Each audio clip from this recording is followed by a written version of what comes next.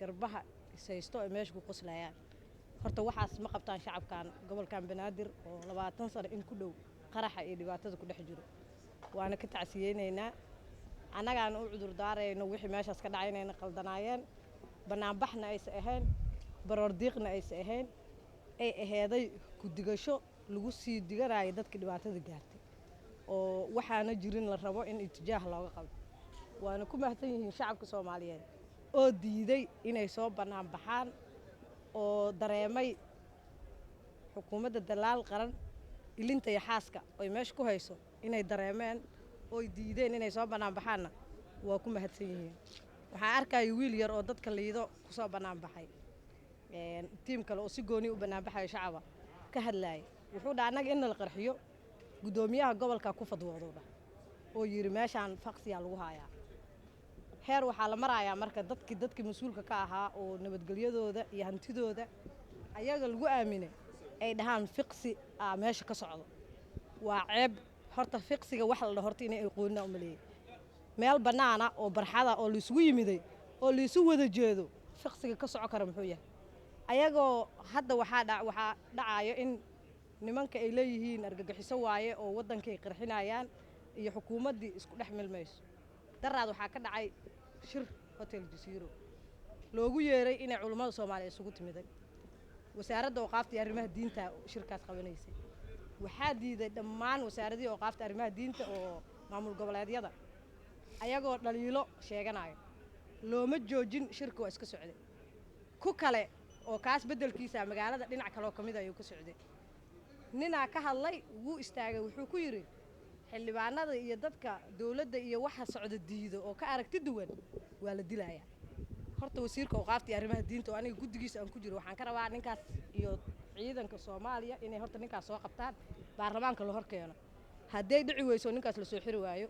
wasiirka asaga la rabaa inuu arrinkaas ka jawaabo la'aana asaas soo casuumo ninkaas midda kale ninkii shalay banaanka joog ee lahaa xildhibaanka waa la dili karaa naagtiisa waa la dili karaa ilmihiisa waa la qarxi karaa maanta haddana soo dawladii haddana inta ka dhahay xildhibaanka waa la dili karaa maxaa waay dawladnimada oo la raadinayo dawladda xukuumadda iyo madaxweynuhu u horeeyaan ninkii sheekh isku sheegay hotel Jasiiro dhexdiisa ka hadlay wixii uu sheegay oo wasaaradda awqaafta iyo arrimaha diinta iyo wasiirkeedu ay soo casuumeen haddaana tilaabo laga qaadin oo la keenin culimada waddankan joogta al-sunna wal jameeco iyo shacabka Soomaaliyeed waxaan u sheegaynaa waddankan wax ka soo socdo inay waxa hadda loo jeedo wax ka badan oo khatar ay ka soo socdaan waxaan kaloo rabaa inaan ka hadlo suuqa bakaaraha waxa ka jiro dhibaato ka jirto hooyooyinkii ilmahooda liido ku lagu qarxiyay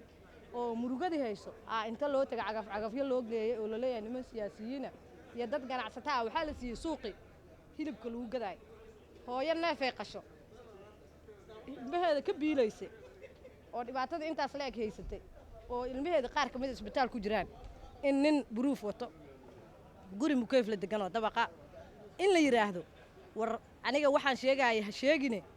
dadkan shacabka cagaf lagu galiyahay qaado dhulkooda hooyooyinkii oo meesha baahan oo dhulkoodii la siinaayo niman baabuur wato oo mukayfiyaha oo rabo mustaqbalka waddanka inay wax ka noqdaan dhibaatada waddankan dhacayso dhan horta waxaa ka mas'uula dadka shacabka gobolka Banaadir degan sababtu maxay tahay shacabkan gobolkan Banaadir horta cid iskala ma lahan maalin kasta madaxweynaha yimaado wuxuu ku kaambeyn gareeyaa waxaan dhisayaa maqaam gobolka Banaadir wax dhisaya ma lahan shalay waa la ogaa dawladii hore waxay lahayd waxba ansixiyay ma jirto madaxweynuhu markuu banaanka joogo shaqada ugu horeyso qabanayo inuu xuquuqda gobolka Banaadir uu sheegay hadda waxaa jirto dastuurka qodobka koowaad ugu jirta gobolka Banaadir arrinkiisa waa laga saaray shana la geeyay haddana waaba la joojiyay dastuurkii oo dhan sababtu maxaa waaye waa loo guslaawe waay gobolka Banaadir cid la malahan marka waxaa la diidayaa caanaha sida xaaraanta looga maalayo cid sheeganayso oo la xisaabtamaysa in la helo shacabkan gobolka Banaadir waddanka wuxuu u baahan yahay horta kacdoon shacab oo siyaasi dabada ka riixaynin oo shiiq dabada ka riixaynin oo ganacsi dabada ka riixaynin oo dadka dhalinyarada oo waddanka wax ku bartay oo annagu aan hor kaceyno aan madaxdana u nahay dadka wax ku bartay waddanka wixii la soo maray waa ogtihiin ayadoo muqaawama la soo maray hogaamiye kooxyada soo marnay waxaan soo marnay farjanno wax kasto in marka maanta dad iska socdo inta noo yimaadaan ee maalin ilaahay keeno qandaraasyo lagu kor sameeyo la yiraahdo qofkii qeyliyay shacabka Soomaaliyeed canshuur lagu kor saarayo kambeyn soo sameeyso magac soo baxso waxaas ayaga ka raaliya waa inay iska diidaan waxa ka dhacay Senegal oo u jeedayeen wixii Senegal ka dhacay iyo Nairobi wixii ka dhacday xamar ka dhicin dadka baahiya dilay mid kale laba cadow ay u dhaxayaan dadkan mid qarxinayo leenayo mid baahi ku leenayo maxay u kala duwan yihiin oo farqiya ninka baahi ku dilay kan ku qarxiyayo dil way waxba isma dhaamaan xukuumadan fashilantay oo ummadana inay ka hortagto rabin shacabka Soomaaliyeed oo gobolka Banaadir waxa uu sheegaynaa annaga horkaceynaa ha iska ciiriyaano hana iska diraano tan suuqa Bakaara waa ku soo celiyaa 80 dukaan ah waxay xiran yihiin November ilaa hadda maxkamadda gobolka Banaadir ay u xiran yihiin waa la diiday dacwada in inta la qaado dadka la dhageysto dadkaana kireystayaal waaye lacag laga shubo laba sano inay shaqeystaan dacwo madaniya waaye cid loo xukumay la macaamilayaan ayaga wax ka gal ma laha dad kireystayaal 80 qoys 9 bilood in ku dhow ee ilmahooda biilaan yihiin dababkooda dansan yihiin 150 kale hadda hilib gadaaya waxa la rabaa in dababkooda la damiyo marka maxay sugayaan shacabka inta guryaha ayaga la gato oo ilmaha iyo la gatay sugayaan kaliya laga baxo wax kale oo hadda u dhimanay sugayaan male dadka suuqa Bakaara oo kawaanku waa ku celiyaa aniga suuqa Bakaara ku dhashay maalinta aqliga la ilaa hadda meesha hilib lagu gadaay hadda siyaasi inta la soo siiyo haduu ku fakaraayo waxa uu sheegaynaa qofka bini aadanka xoolihiisa iyo maalkiisa ilmihiisa doo ka tago oo lagu hor dulmiyo diyuus waay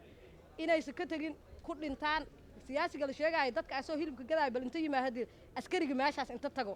dadkaas ka baxa dhahana waa la xisaabtama oo askartana hooyooyina dhalay waa inay horta waxaas ka fiiriyaan hooyooyinkiin soo koriyo hilibka gadaay hadii nin proof foto idin diro oo idin dhaho hooyooyinkiin hilibka gadaay xabadeeya buriya ana gurigan gadahaaya dabaqan ka dhisaa proof adigana waliga askariga ahaa jidka taagnaa subax ilaakan waa lagu qarxiyaa hooyadana waa la qarxiyaa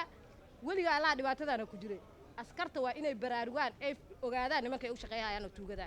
shacabka Soomaaliyeed iyo hooyooyinkoodana aan lagu dirin waraa ay isaga maysiyaan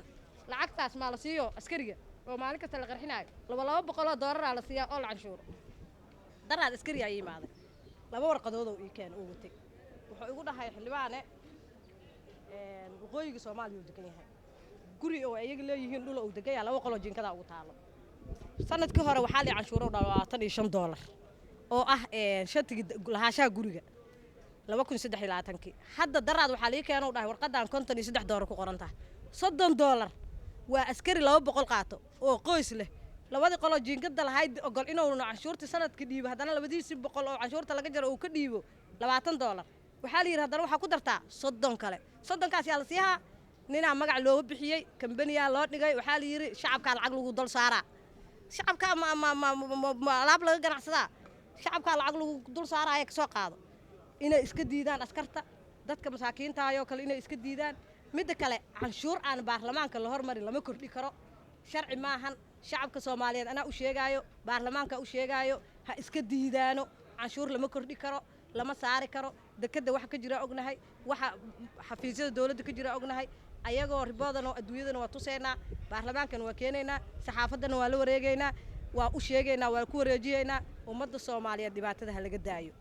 shacabka Soomaaliyeed oo adinkana dhibka adinka isku hayaane u diyaar garoobay inaad dhibaatadan iska dul qaadiin waana mahadsantihiin